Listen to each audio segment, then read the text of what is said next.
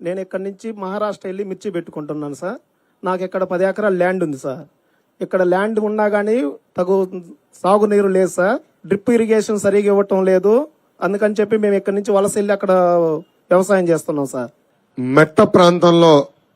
మెట్ట ప్రాంతానికి సాగునీరు అందజేయాలంటే ప్రభుత్వాలు ఎక్కువ డబ్బులు ఖర్చు పెట్టాలి, దాంట్లో సందేహం లేదు.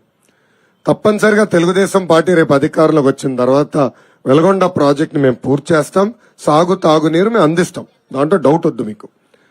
కానీ నేను కూడా రైతాంగాన్ని కోరేదేనంటే మనం కూడా హార్టికల్చర్ వైపు వెళ్దామండి. హయ్యర్ వాల్యూ ప్రొడక్ట్స్ తయారు చేసుకుంటాం. ఇప్పుడు మిషన్ రాయలసీమలో నేను చెప్పా, మన ప్రాంతం రాయలసీమకి పెద్ద తేడా లేదు. వాస్తవం చెప్పాలంటే మన ప్రాంతం రాయలసీమ కన్నా ఇంకా ఘోరంగా ఉంది. ఓపెన్ గా మాట్లాడుకుందాం. సో ఇక్కడ ఏంటంటే మన హార్టికల్చర్ వైపు ఎక్కువ వెళ్ళాలి.